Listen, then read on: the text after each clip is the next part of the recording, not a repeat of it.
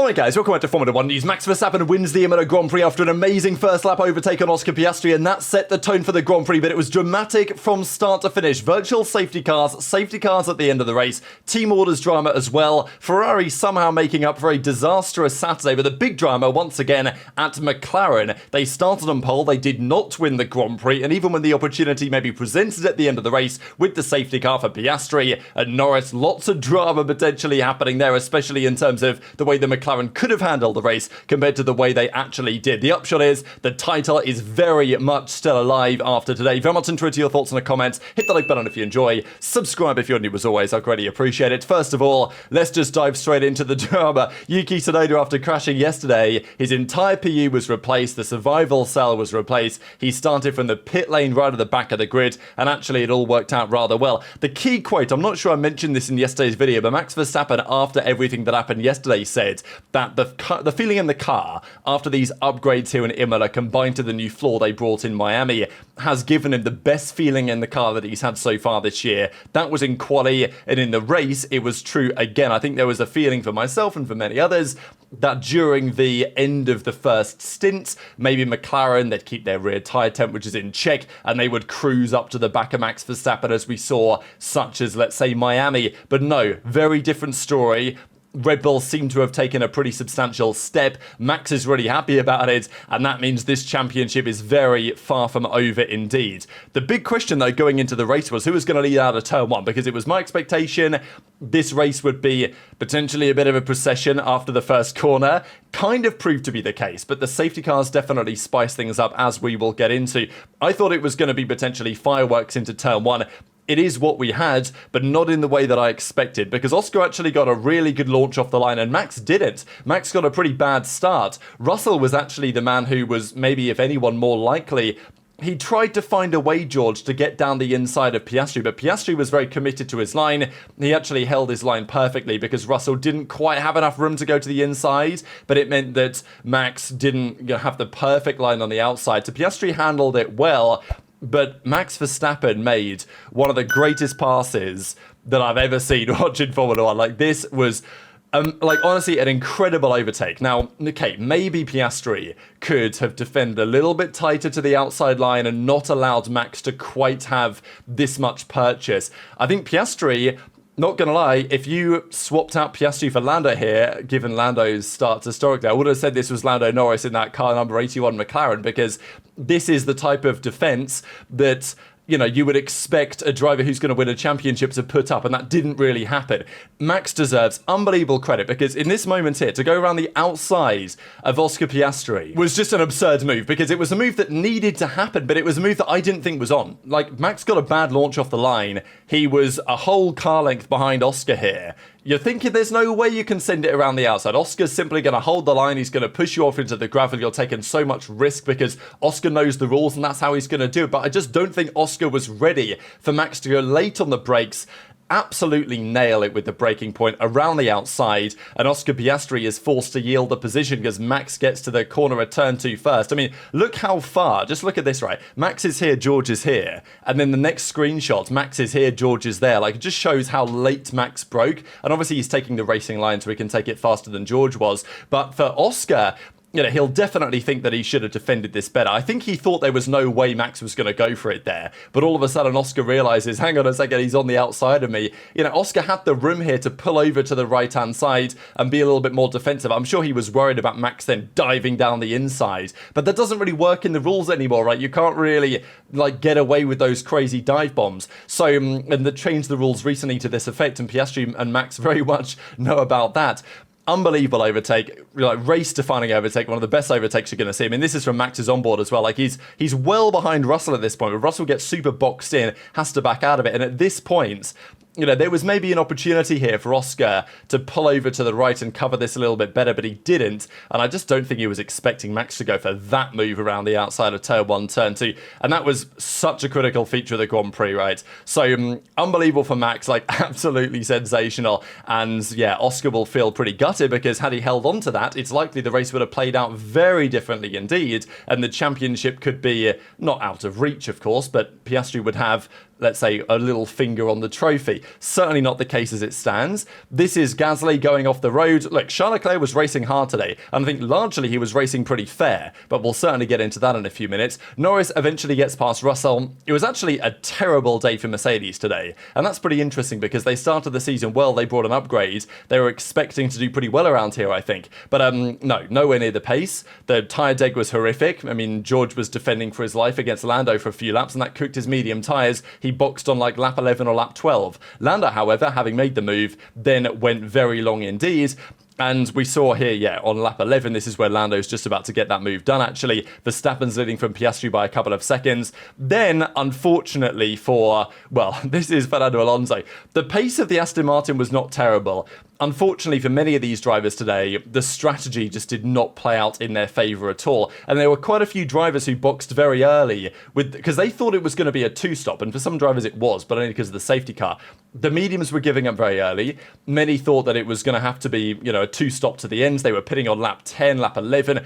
Charles Leclerc came into the box super early, as did Carlos Sainz. So, and unfortunately for those guys, there was then a realisation that actually, no, these tyres aren't degrading as badly as we thought, and it was a horrific job to try and actually climb up the field. Like Piastri was on fresher hard tyres. Max was on older mediums. I mean, you're expecting Max's tyres to go away, but he obviously did a great job of the management phase because he's Max Verstappen. And Piastri was stuck in traffic, not able to make massive progress. And again, questionable strategy maybe from McLaren. I understand why they did it. They thought, okay, box Oscar into a gap, get the undertake, or get the undercut, of course, on Verstappen. But actually, the strategies didn't work out like that, and he was stuck in the pack and eventually find himself in a really tough spot. Now, of course, Max was helped by the virtual safety car that eventually arrived. This is on lap 18 because Albon stayed out, Hadjar stayed out. Hamilton was stuck behind Antonelli for so long, clearly he had more pace. That Ferrari, as we said today, yesterday, the day before, in race sims was looking okay, but it's just qualifying has been so bad for them that and especially around Imola, I was like, there's no way they're going to be able to make enough progress today, but that they actually did. Obviously the safety cars helped them, right, bunching everything up, and it started here. So this was Esteban Ocon pulling over to the left-hand side. They had an issue with the car, his car conked out basically, and this was a virtual safety car, critically, because this car was movable. They could recover it without the need of an emergency vehicle on the track, which is why a safety car wasn't necessary. But a very similar incident later on for Antonelli causes a very different outcome. This was perfect for the front runners. Max had done 30 laps on the mediums at this point. The tyre, of course, that Alonso nearly, Russell nearly stuck it on pole with, of course, but Alonso and Stroll used to great effect. And it was really unfortunate timing because Aston, they made the play. They pit early. They tried to make progress. They were sitting behind Sainz. Yuki was still out there late. It was maybe going to work, but the VSC really screwed everything up for a number of drivers and obviously allowed Max to come through and get the job done as well. Really difficult couple of pit stops today for a number of teams. Certainly McLaren will be McLaren did not execute well today, pretty much on all fronts. Oscar will not be happy about allowing Max to do what he did in the first corner, as amazing as Max's move was and deserves credit. Oscar will definitely feel like he should not have allowed that to happen. McLaren's pit stops were poor. Their strategy, arguably, was pretty poor towards the end of the Grand Prix as well, as we will get into. On the other side, it's got to be said, Ferrari pretty much nailed it. Both Leclerc and Hamilton were on it today. Hamilton especially had a mega Grand Prix. I mean, he had clearly a lot of pace in that Ferrari behind Antonelli because he was there for so many laps. And then eventually when Antonelli was overtaken and then eventually went out of the race, Hamilton was able to unleash the pace that he had and at least give something to celebrate for the Tifosi who are having a difficult weekend. But this is what happens. Antonelli pulls over to the left-hand side and I thought, okay, same spot. It's going to be another VSC. Boring VSC, right? But no, this time it was a full safety car. And this really put the cat amongst the pigeons, right? Because unfortunately for some drivers, they simply did not have another set of tyres to go onto. They would have loved to have something to get them to the end, but they really didn't. Even Hamilton came into the pits and he had to put on a set of hards. Leclerc had nothing else. Piastri had nothing else. So unfortunately for those guys, they were forced to stay out on the tyres that they had with about, 10 laps to go until the end of the Grand Prix once the safety car eventually goes away. This was when things got very interesting, right? Because Lando comes into the box. He's now on basically fresh rubber. And if there's anyone who's going to be able to beat Max, I don't think Max was beatable, to be honest. The Red Bull had good pace. Max was managing it well. We know how good he is from the front. He's not easy to overtake, as we know. So Max won the Grand Prix at the first corner. But still, if McLaren wanted to try and win, they needed to think about how they handle these next few minutes here, because Hamilton, of course, came into the box for a new set of hards. He was then behind Leclerc after that little pit stop phase. So I think it made sense what a number of the teams here did. They would have loved to have boxed Piastri, but he didn't ask for it. The team didn't, say it, because I think they knew that there really wasn't another option if the safety car did arrive. So Piastri stays out on hards. McLaren pit Norris. There was a couple of interesting moments, such as this actually from Charles Leclerc. So Charles was, as he says, pessimistic, or not trying to be pessimistic, but he doesn't even reckon at this point they can finish in the points because his tyres are so old, they're going to have no chance. And yet they were old and he was lacking in grip, but in the end, it didn't really matter for him. This, though, was the pretty controversial piece. So this, to me, is good gamesmanship here from Lando Norris. This is what it's all about. But I thought it was pretty spicy, right? Because Lando's on the radio saying, I see Oscar's tyres pretty dead, right? Like, he didn't get a new set. Oh, that's unlucky, I suppose. If we want any chance of going for the lead, we know what to do. I'm not asking him to let me by. I'm just saying let's not make it too hard for one another. If we fight, we will go backwards. So, look, Lando's not asking for team orders precisely. And I'm sure there was also a concern for McLaren that, okay, if we let Piastri and Norris swap in whatever format that takes, and it's pretty difficult to do that on a restart, right? Very difficult to execute that, and it carries a lot of risk if you ask for that to happen.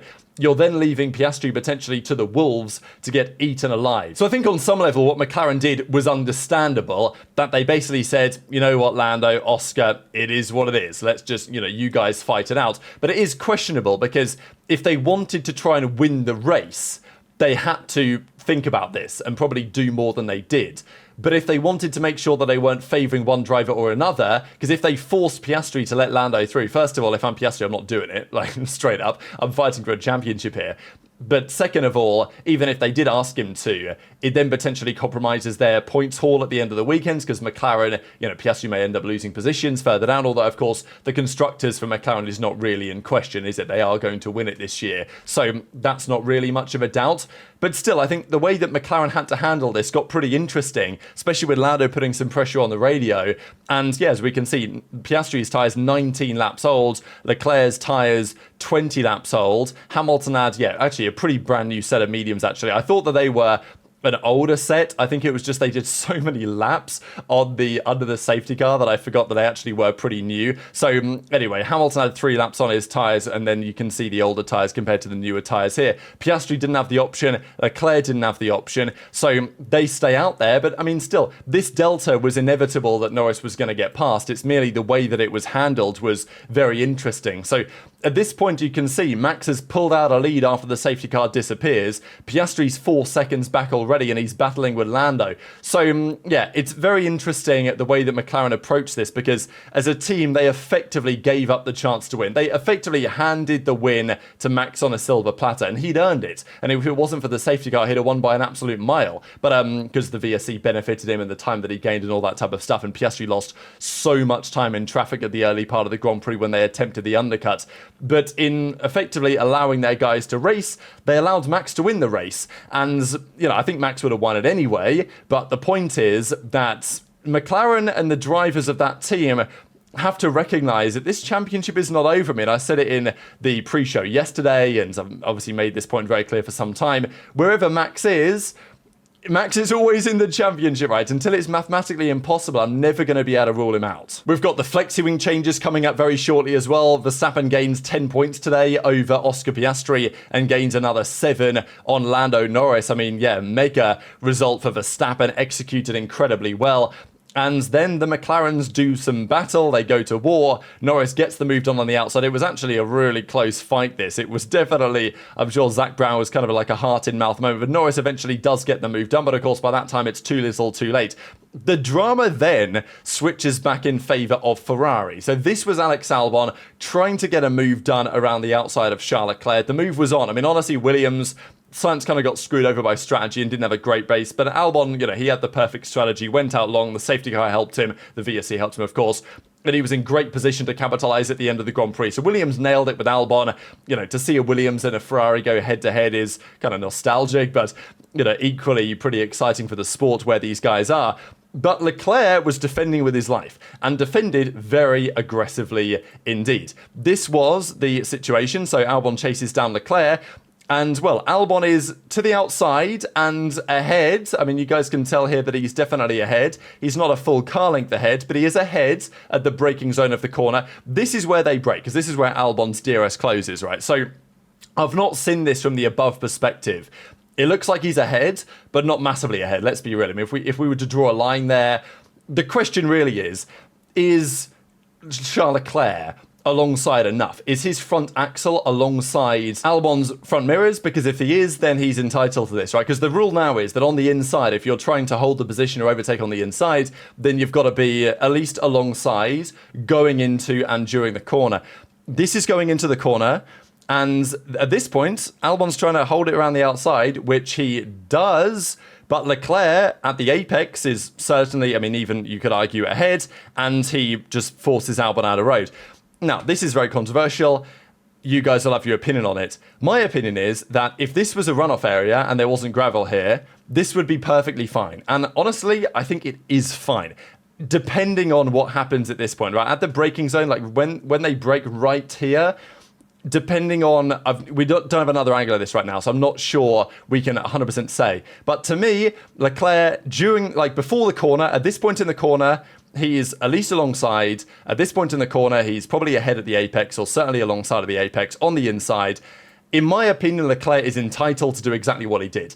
It's very hard racing, for sure, and you might think that it's not fair to push Albon off, and maybe in an ideal world it isn't, but the rules are what they are, and in my opinion, based on my understanding of the rules and what Piastri has done in recent weeks, this is okay. It's just unfortunately for Albon, he goes over the grass and Hamilton takes the position as well.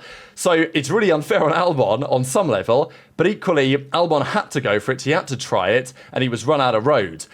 As I say, if this was a runoff area, I think nobody cares, really. Like, it's still bad, but it's only because there's gravel that people care. So that's when things get pretty interesting, right? Because then they told him to give back the position. They told, Ferrari came on the radio and said, give back the position to Albon, which he did. He might have been overtaken anyway, but he did give the position back. And then Leclerc was told on the radio that actually they're being investigated anyway, which for then they gave it no further action. So the funny thing is that Leclerc could have given that place back and still been penalised. And he may not have been penalised. I think this is the controversial thing for me, is that the stewards decided, no further investigation for that. But Ferrari gave the place back and told Leclerc to do so without actually seeing, the stewards didn't tell them to, and they don't do that anymore anyway, so it doesn't really matter. Ferrari had to make a call, but, I think they might have got away with this, right? I think Leclerc may have been able to just hold on and say that, well, it's just hard racing, it is what it is, look at the rule book. Whereas Ferrari told him to give the place back, but, look, he keeps the place regardless. The bottom line is, for Ferrari, it was a good Grand Prix. Charles wasn't that happy because Hamilton pulled away because he was catching Piastri. Would Hamilton ever have got Piastri? No, but it was probably worth a chance, right? Just because Piastri's tyres were old. So I don't think Hamilton or Ferrari necessarily did anything wrong here. I think it was worthwhile giving Hamilton the chance rather than saying, look, Lewis, you've got loads of pace today, but we're going to have to make you slow down so you can protect Leclerc. That's not how it went in the end. And with a few laps to go, this is Leclerc, Albon, Hamilton, and eventually that all switches around over the last couple of laps. Max Verstappen wins the Grand Prix from Lando Norris and Oscar Piastri, from Lewis Hamilton in fourth. Alex Albon holds on to a sensational fifth place. Charles Leclerc in sixth in the end. Russell with his first non-P5 of the season, down in P7. Of course, Antonelli and Ocon retired. Sainz, Hadjar, and fair play to Tsunoda picking up a point with a one-stop during the Grand Prix, starting from the pit lane. Alonso agonisingly finishes outside of the points of what was just a great weekend up until that point. Hamilton at least gave something for the Tifosi to cheer about, but with all the drama around Mercedes and with McLaren, the man of the day is once again Max Verstappen here. Obviously, some good luck went his way and went the way of many other drivers. Of course, Hamilton also benefited from the first safety car of the first VSC, getting to pit, obviously off those tyres under that beneficial condition, but Max, he benefited from the safety cars, sure, but he earned his luck today, and the championship is now looking like this. So it's still a three-way fight, and it's honestly, today's result is as good as it could have got, really, in some respects for the championship fight. Piastri leads the way, 146, 13 points behind Lando Norris, and another 11 points behind that is Max Verstappen. So, look, 9 points behind that is Max Verstappen. So a race win for Max would take him to 149, and that would kind of be 3 points ahead of where Piastri is if they were to execute that again next weekend. So very much on Twitter your thoughts in the comments. We go to Monaco next time out. Big stories of the day. Very much on Twitter your thoughts in the comments. Hit the like button if you enjoyed. Subscribe if you're new. Take care. And I'll see you next time.